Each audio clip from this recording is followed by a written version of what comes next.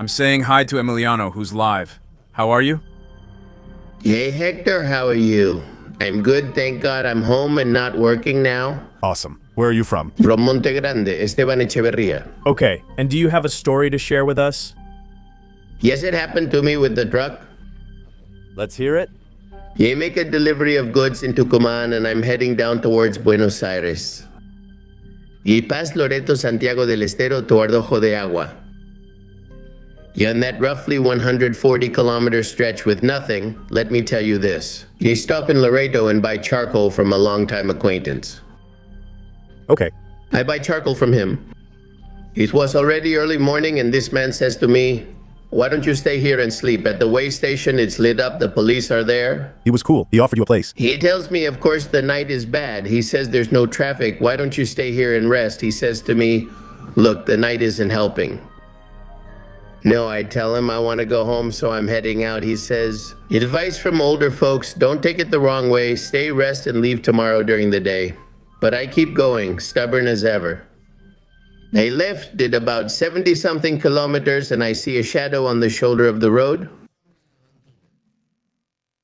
I turn on the LED bar, all the front lights of the truck, and I see a black shadow, and as I get closer, how can I explain it to you? It stands up on two legs and runs off toward the woods. Oh, God. You go there and see many animals, goats, donkeys, and others roaming freely along the shoulder. That night there was nothing, but those shadows disappeared into nothingness. I keep going for another 20 kilometers. I start to smell something bad. Hector, a really bad smell, like rotten meat, like bones. And a few meters ahead, I see in the side mirror, in the passenger mirror, that same shadow. A big one was running alongside the truck. At what speed?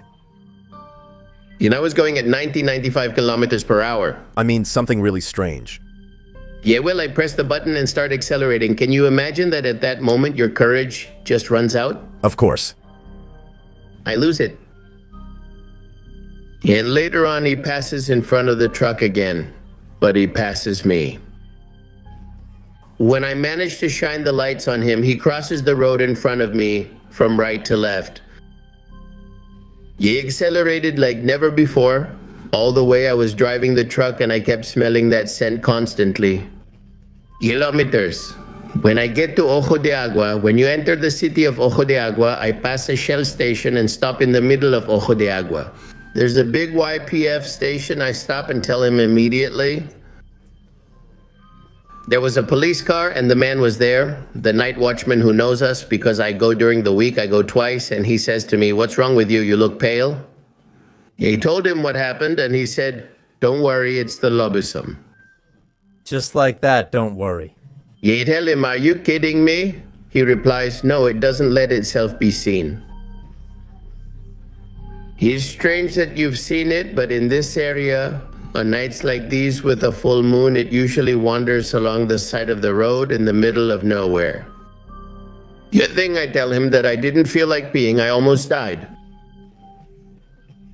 Now to cross there at night, I reach a well-lit city and rest, then continue the next morning. Did you hear what the guy said? Forget it. Telling you about it is one thing. Living it and having someone tell you with that attitude, because people from the province take it as something normal. Of course, of course. I feel cool. That's what catches my attention the most.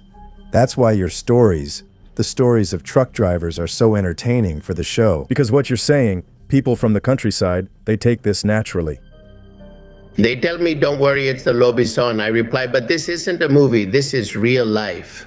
Of course. The grandfather, Of course. I wanted to die. Thanks for joining us. Sending a hug. Another one, my brother. Take care, man. Wishing you success. Thanks. Same to you. Bye, bye.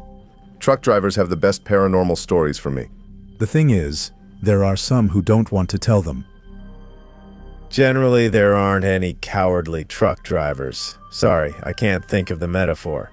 They're very brave and have a lot of guts, but avoid talking about it because, as a truck driver friend said, discussing it might make it happen again. If they talk about the paranormal, it's like they attract it.